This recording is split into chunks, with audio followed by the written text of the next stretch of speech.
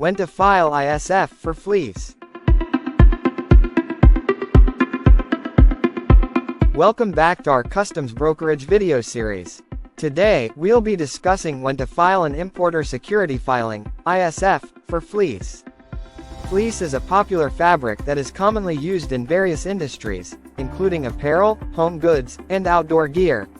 Understanding the requirements for importing fleece and properly filing an ISF is crucial for smooth customs clearance. Let's dive in. So, when should you file an ISF for fleece? The general rule is that the ISF must be filed at least 24 hours before the cargo is loaded onto the vessel destined for the United States. However, there are some specific scenarios that require you to file the ISF earlier. These scenarios include: 1. Transit time.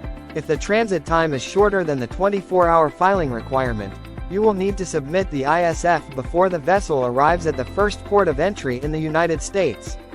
This ensures that the information is available to customs authorities in advance. 2. Foreign Trade Zone, FTZ. If your fleece cargo is entering a foreign trade zone before being transported to the final destination within the United States, you need to file the ISF before the cargo is admitted into the FTZ. 3. Immediate Exportation, i.e., if the fleece cargo is intended for immediate exportation without being entered into the commerce of the United States, the ISF must be filed at least 24 hours before the cargo is laden aboard a vessel at the foreign port. Filing the ISF accurately and timely is crucial to avoid penalties and delays in customs clearance. Here are some key elements to include in your ISF filing for fleece. 1. Buyer and seller information. The names and addresses of the buyer and seller involved in the transaction. 2. Manufacturer, supplier information.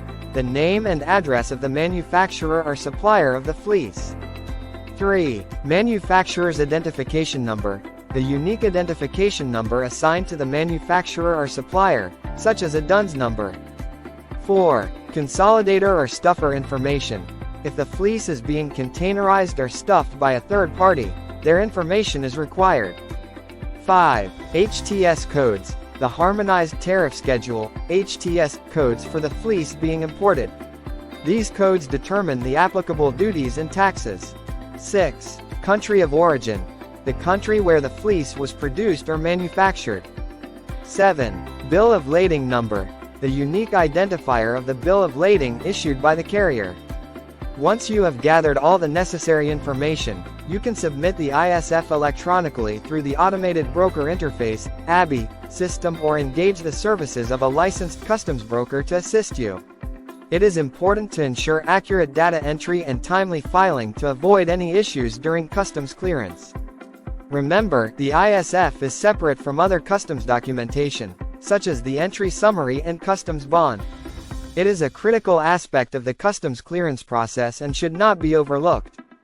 In conclusion, filing an importer security filing, ISF, for fleece is a necessary step in the customs clearance process. By filing the ISF accurately and on time, you will ensure a smooth flow of your fleece cargo through customs. Remember to pay attention to specific scenarios that may require earlier filing and include all the required information in your filing. Thank you for joining us in this episode.